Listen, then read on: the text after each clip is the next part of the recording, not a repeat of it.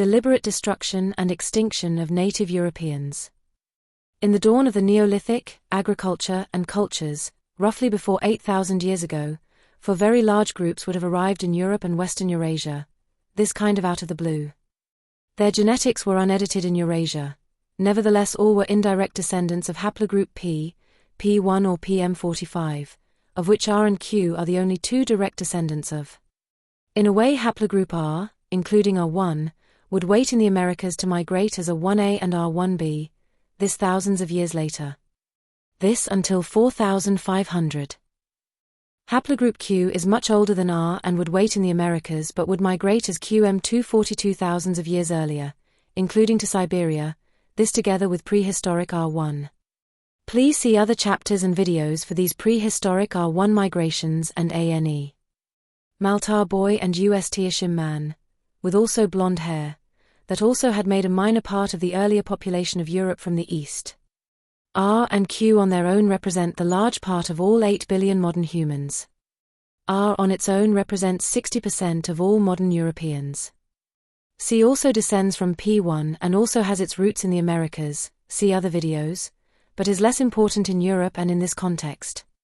The roots of R and all Europeans lie in the Americas.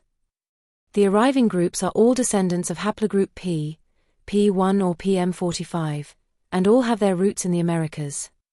So all newcomers arrive out of the Americas and through the Atlantic Ocean, because their roots lie in the Americas, and the supposed Neanderthal DNA fraction came with them, see next chapter.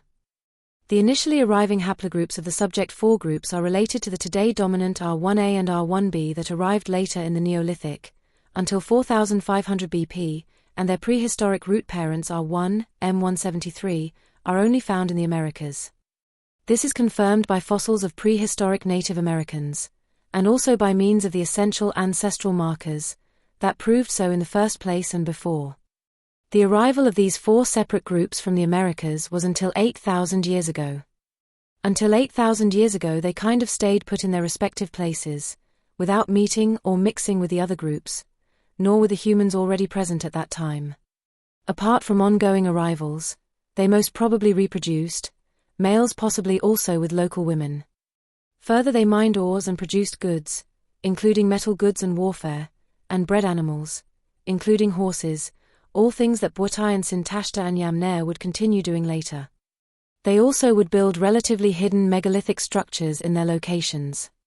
We deduce there was presence of large quantities of other humans, simply because they did not go to the obvious best places at the time, and also because other evidence shows us that places they did not went had been and still were important, like for instance Anatolia, the whole of the Fertile Crescent, the Balkan, Malta, Cyprus.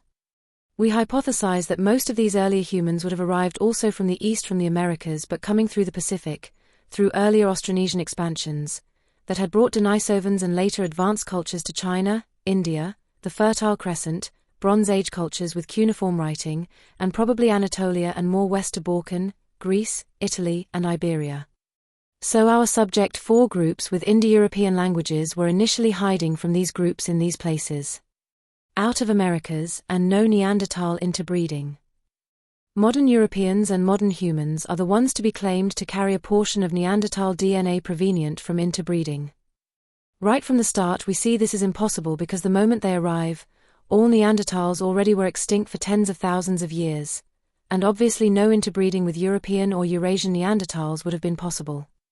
Neither Neanderthal Y DNA nor mitochondrial DNA can be found in modern humans, which confirm they did not interbreed.